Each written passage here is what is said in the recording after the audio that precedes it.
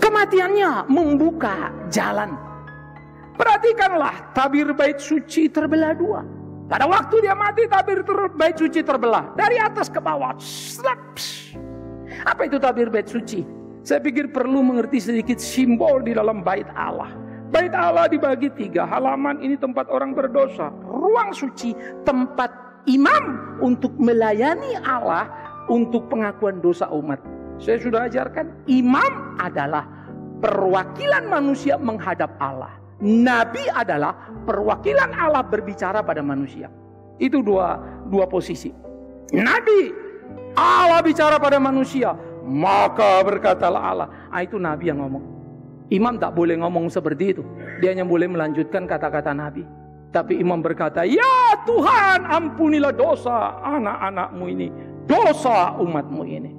Itu sebab mereka ada di ruang suci. Tapi mereka tidak boleh masuk ke ruang maha suci. Hanya imam besar, 1 kali 1 tahun. Lalu mereka dites, diuji, diganti. Setiap kali masuk dalam tradisi, semua orang harus diikat tali, supaya waktu masuk ke ruang maha kudus, ia tidak menyenggol apapun benda kudus ada di sana. Karena mereka akan mati. Ingat peristiwa Daud ketika membawa tabut bait Allah pindah, lalu mau jatuh, satu orang pegang dan mati. Itu membekas pada mereka. Kesucian Allah menghanguskan dosa. Itu PL. Sehingga betul-betul terpisah antara manusia dan Allah yang hidup. Manusia itu terlalu jauh. Dia belum masuk ruang kudus, apalagi maha kudus.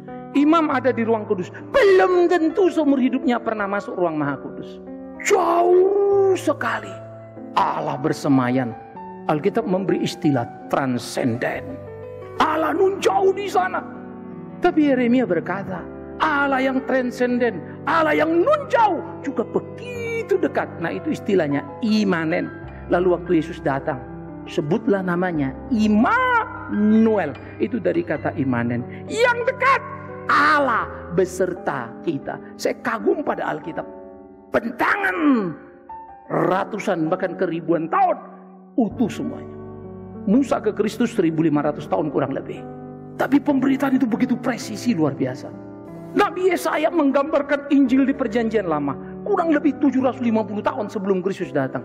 Tetapi tepatnya luar biasa, mencengangkan, ratusan tahun yang panjang. Oleh karena itu, ketika tabir bait suci terbelah dua, tidak lagi ada penghalang antara manusia dan Allah. Saat bersamaan, manusia tidak perlu imam untuk berhadapan dengan Allah. Maka Alkitab berkata, engkaulah imamat yang sejati. Imamat yang rajani, umat kepunyaan Allah. Engkau imam, engkau raja pada dirimu.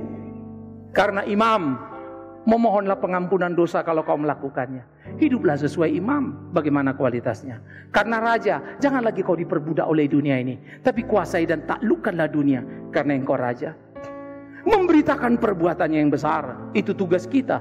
Suara kenabian yang harus disampaikan. Jangan pernah mulutmu berhenti untuk menyuarakan kebenaran. Tetapi sayang, orang Kristen lebih berani silent, diam saja dengan alasan bijak. Tapi sebetulnya takut pada risiko menyatakan kebenaran itu.